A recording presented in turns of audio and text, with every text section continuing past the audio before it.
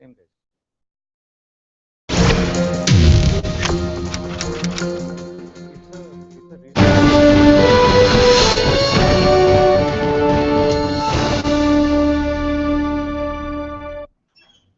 Hello and welcome. The war has begun again between the Board of Control for Cricket in India and Lalit Modi. The Rajasthan Cricket Association had elected Lalit Modi. The election took place a while ago, but the ballot has been officially opened, or the ballot box has been officially opened, and Lalit Modi has been declared president. The BCCI immediately responded by suspending the Rajasthan Cricket Association completely and has now created an ad hoc committee to run the affairs. What does this mean? Is this the return of Lalit Modi, and is it the change in the cricketing equations thanks to changing political equations, which of course is the flavor of the season? Ayaz Memon at Cricketwala is with me here, and he's going to try and dissect and trisect perhaps what's happening in this interesting battle. BCCI responded very swiftly. Yeah, very swiftly, with alacrity. Yeah. They had been threatening, of course, that in case if because the results were known that Modi had won 26 out of the 33 I think it was just not officially declared, but everybody knew the margin of victory varied. But we know now it's 24 votes out of 33 in favor of Lalit Modi. So it's an overwhelming victory for him and his group, the committee which he hoped to form. And we don't know whether he will go ahead and form that committee or not. Right. So let's understand why this has happened. Okay, so let me quote Mohammad Abidi, the vice president, who was also counsel to Lalit Modi. He says, "We expected a fair decision from Shivlal Yadav, who is of course the interim president of the BCCI, but he acted like a stooge of N. Srinivasan. You may suspend a member, but a whole association? Question mark." Yeah, I mean, look, this is the old battle lines being redrawn, so to speak, because these charges have been trade over the last, since 2010, effectively.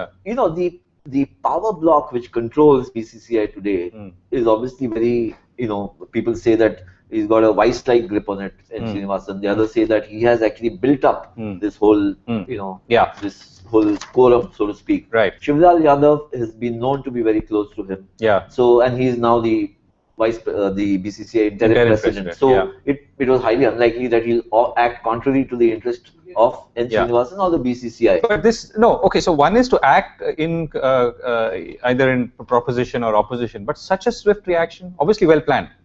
Of course, very well planned. Look, I think... And why?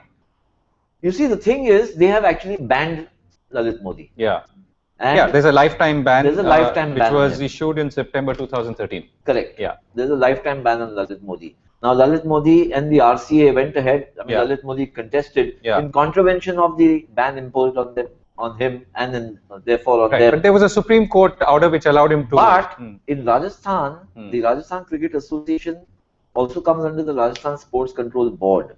So there's a dichotomy of kind of power over RCA, which is where the people who have contested, including Mr. Lalit Modi, they said, but we report to the Rajasthan Control Board, Sports Control Board, and they are not disallowing us from contesting the election, so we'll contest. And he contested, therefore, and won. Now the BCCI is saying, we have banned you, you've chosen to elect a person who we've banned, so we'll have to ban you. So it's a little murky, it's a little complex, it's a little complicated. I think we've not seen the end of it. There's going to be more legal powwows going on as the days unfold. Right. So, a statement that Lalit Modi made earlier, of course, Lalit Modi was IPL commissioner, as we all know, between 2008 and 10. He said that I don't need to be a part of the Board of Control for Cricket in India to do what I really want to do to save cricket. Yes, I mean, look, you can be a patron of the sport from the outside. That's not the point. Yeah, this is quite far outside. So physical distance apart. We did try to reach him, by the way, but we haven't been able to so far. Geographical distance apart, I think Lalit Modi also desires to come back into the administration, the system. And therefore, now, what is his passage back? Getting re-elected as RCA president was one way. But he's seeing a blockage there or a blockade there because of the suspension. But he also sees an entry point because people have voted in his favor. I think the political dispensation at the national level changing, perhaps. And so he has Vasundhara Raje, who's come back. So that's at the state level. Ashok Gehlot, who was going after him, former chief minister of Rajasthan. CP Joshi, who were the Congress, ministers who were going against him. And Vasundhara Raje has been, he has been close to her. He is also close to the new dispensation, which everybody thinks or assumes is going to come on May 16th. However, even there's a bit of a complication because he is not at all close to Mr. Arun Jaitley. In the BCCI's politics, they fell out very badly because Mr. Modi feels that Mr. Arun Jaitley and Srinivasan kind of became buddy boys to fix him. Yes. Right. So it's a little complicated for Modi as well as for the BCCI. So we're obviously going to talk about in a moment what this really means for cricket, if it does, and some of BCCI's own problems that we would assume it has to grapple with first before banning others. So let's take a question that's come from Navneet Prabhu, which is actually obviously aimed at Lalit Modi, but it says, now that you're back in the RCA, what's the timeline you're looking to come back to India, something which you avoided for the last 2 years or so? Yeah, I mean, look, obviously it's a question addressed to Lalit Modi, but he has been saying all the while that he's not coming back because security of the cricket administration, but because of a security issue.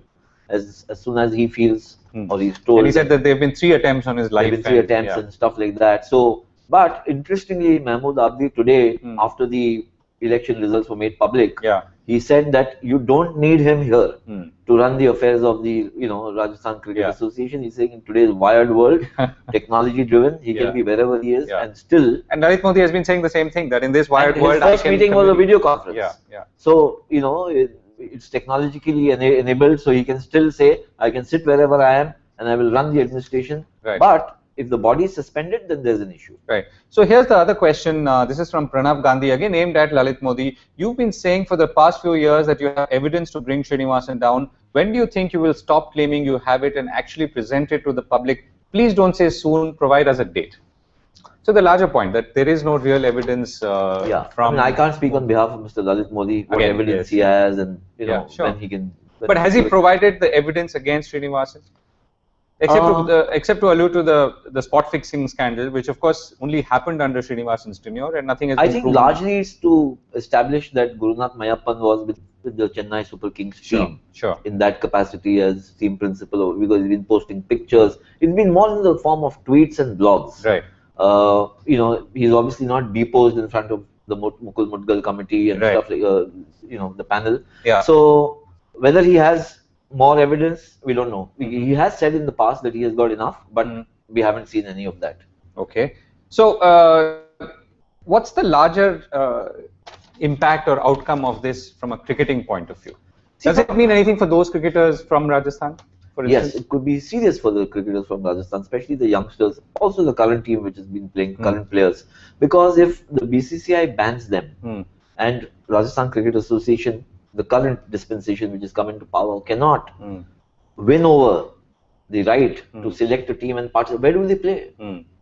But the BCCI is saying that we have created an ad hoc committee and the ad hoc committee will run the affairs. We don't want the interest of the players to be affected. Therefore, this ad hoc committee will run the affairs of the association. The players can participate along with us, which will not be agreeable to Lalit Modi and co, because they'll say, we have won the elections, we should have the run of the administration. This is where it's going to get into a log jam, and I think it's going to be another legal log jam. Okay. So, how maybe petitioning the Supreme Court again. And I feel this is where it's getting a little, sense of deja vu for followers of the game like all of us, that it seems to be one legal case after the other. So you've got BCCI or the president involved in a spot fixing case and several others. Then you've got an association. There's also Bihar Cricket Association, which is actually linked to the spot fixing case in some ways, but actually they have been petitioning for acceptance into the fold, which has not been. So this is getting to be a multi-dimensional legal issue which the BCCI is fighting. It can be very draining, not necessarily in terms of money, obviously it costs money, but it's very draining in terms of administrative energy and experience. And remember, this is a big year. You got a tour of England, you got a tour of Australia, you got the World Cup. And if all your heavyweight administrators are busy fighting cases or defending themselves, and therefore players, the former players, the senior players, the think tanks, they are all being pulled in different directions, and therefore the ramifications. Yeah, I mean, for example, we are sitting here discussing a technical legal case rather than discussing cricket. Correct, and therefore then finally it affects the players themselves, those who are playing currently and those who are growing into the system. So it's not a happy situation at all where Indian cricket is concerned. Right. So let's come back to where the game is, right? So there's an IPL 7 going on. The next one you said is the Tour of England. Immediately after, almost a month after that. Almost a month after that. Is this, all of this, is this likely to have any impact on the immediate matches or the participation of players thereof? No, I mean Rajasthan Cricket Association case may have no immediate impact because there is not a single player who's part of the Indian team. There's Ashok Minaria who's in the young emerging India team and somebody else. But I can't think in the first top 20 players anybody from Rajasthan being there and therefore being made to suffer. Right. So the Rajasthan case may not have. The spot fixing case could have. We don't know. So now that. But would this case, if it gets more bitter, I'm talking about the Rajasthan, which is really a revival of the old BCCI Lalit Modi war, can it have an impact on future participation by players from that state? Should it have? It shouldn't happen because ultimately they are players from Rajasthan and they would want to play for their state, their club, their country, and any kind of a battle which restricts them from playing for India, earning the India cap is, is I think a very sad situation to be in. Right. So, Ayaz, just bring us to speed on what has happened in this the IPL so far, and what are we really waiting for to finish before we come back to the legal part again? Well, the IPL is going along very well in terms of the cricket. A lot of upset victories, defeats. And Chennai Super Kings has been performing consistently. They've been the most consistent team over the last 7 years. Some terrific performances. So all that is fine. I think at the subterranean level there are other things happening which are of which need to be also understood and examined. The other one is the spot fixing case which is still going on and where the Mudgal committee has now they've agreed, Justice Mukul Mudgal has agreed to investigate along with a fresh team. Now what is the time frame which they are given? How soon will the results of that come out? What kind of impact does it have on Mr. Srinivasan, his team, Rajasthan, that team, that franchise remains to be seen. My own position is that there are too many of these issues now flying around. Too many cases, which is not how sport should be run. And something needs to be done. Somebody needs to harness all these and have a closure, have some, show some resolve and close these matters. Right. So now let's come, suppose with Lalit Modi in this renewed form, back in the battlefield, so to speak, if not on the pitch, does this mean that the IPL itself could change character, or could there be some evolution there, either for the good or not? So Lalit Modi is not part of the officially of the Rajasthan Royals. He was some of his relatives had bought stakes in it, so all that seems to have now been resolved in the ownership pattern. But he is, of course, president-elect of Rajasthan Cricket Association and debunked within an hour by the BCCI. So that's going to be I think a fairly bitter battle, and we'll have to wait and see how that plays out. But what I think the other mandarins of the BCCI have to keep a guard against is that there is a fatigue level for all cricket associations, state associations, and somewhere this might engender, problems in other associations. Because while it seems like Mr. Srinivasan had 26, 27 of the 31 associations voting with him or in his favor, you know how things happen in organizations. One breakaway group can influence the other, and suddenly it can become a tidal wave. So, but does it need to be that in this whole battle versus Srinivasan by some people, including of course like Modi, does he need to have the backing of all state cricket associations? Well, it does, because it is. The BCCI is an independent board, right? It's an independent board, it's an independent body, but it's got its own protocol. And these associations come and vote for or against. And even in the last vote, where Shashank Manohar, the former BCCI president, raised several issues against Srinivasan, he was actually outvoted. He had come back from cold storage to fight this battle, and he was outvoted. So I think the BCCI members see that as very sacrosanct, which is why a lot of people believe it's the Freemasonry. What happens there, nobody knows. But that's how they also want it. Right. So what could Lalit Modi bring, assuming he were to come back to Rajasthan, he realizes his dream of not being part of the BCCI and yet doing something good for cricket? What good could he do, and what are the concerns that the system or the cricketing world should have? I mean, that I think is a little contrived to believe that you do good for the association of cricket by not being. Then why do you, why do you compete for a post? Right. Assuming he's there and he intends to do some good, given his track record, what could be the good that could come out of his being there? Well, apart from the fact that he could clearly hold something against, let's say, Srinivasan. You see, if he becomes part of the establishment, either through legal recourse. Yeah. He comes back, his election is upheld. I think Lalit Modi has shown in the structuring of the IPL a certain dynamism which really was quite extraordinary. Right. He did it with great speed, with a lot of finesse, with a lot of shosha, you might say. There was a fallout which may have not been, very amenable to the BCCI. Certainly, it raised many issues. It raised issues of, legal and financial issues. But that apart, in actually, kind of putting together a structure in place and running it effectively, he managed it in double quick time. Okay. So obviously, I think he's a fairly young man. He's driven. Right. He's got the passion to run an enterprise. Right. So here's what Lalit Modi has been saying on Twitter. He says the first one is, anyone who thinks they can just suspend us and get away, and I think BCCI is their personal property, wait and watch, we will not allow you. Okay, there's one more. BCCI is still being run by stooges of Srini, and if he thinks he can keep democratically elected people away, well, I have patience. So these are some of the points, yeah. So, look. So, Eric, what he's basically saying is, I'm here. This is just my first. And look, he's been fighting for 4 years. Yeah. Ever since he's left India, and on several fronts. So he's got fighting the government of India, Enforcement Directorate, the Enforcement Directorate, the BCCI, and I don't think one can doubt that he's got a lot of patience and energy. Yeah. But the crux of the matter is that if we are a democratically elected body, how can you throw us out? I think that's going to be decided finally by the court, because the BCCI is going to petition the Supreme Court that this cannot be allowed according to the articles or memorandum of articles of our association. That's going to be the crux of the matter. Now, it must also be remembered that the apex court of this land has been sucked into.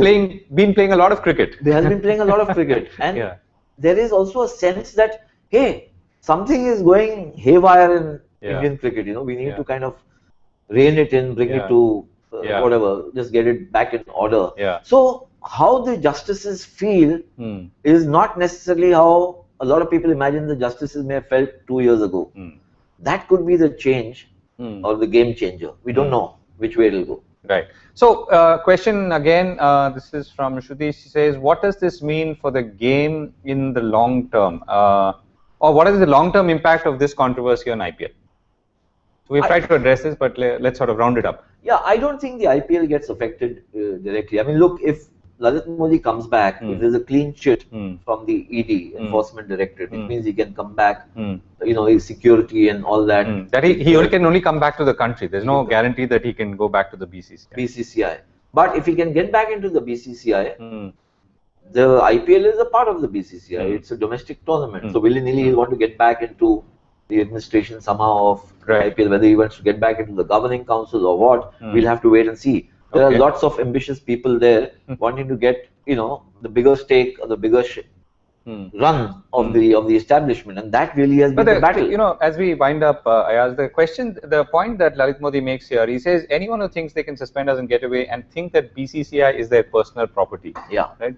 So that seems to be the underlying fundamental issue here, right? Is BCCI someone's personal property? Well, I think, what happens is when you have a 31-member body and 27, 28 vote for you, then it pretty much is. It pretty much is, or it's assumed to be. Having said that, a lot of these issues have gone up to court. I mean, if Srinivasan had his run, then a lot of this wouldn't have gone to court. And he's got certain, at least observations which have been very adverse to him by the Supreme Court justices. So he's also fighting a battle. It's not that he's got the run of the place and nobody else can do anything. Right now he's been asked to step aside. He's been asked to step aside. Right. So he's got his own problems. At the same time, he's got still a fairly strong hold on the people who are running the organization in his absence or while he's not there. And then, of course, there is Mr. Modi trying to come back into the administration. So that's the question I had. I wanted to ask you earlier, Ayaz. When Shivlal Yadav reacted so swiftly, is he acting so swiftly because it's the BCCI's interest that he's protecting, or is it his master's voice that he is really conveying? So, I mean, in this case, the BCCI's interest automatically also becomes Srinivasan's interest. Yeah.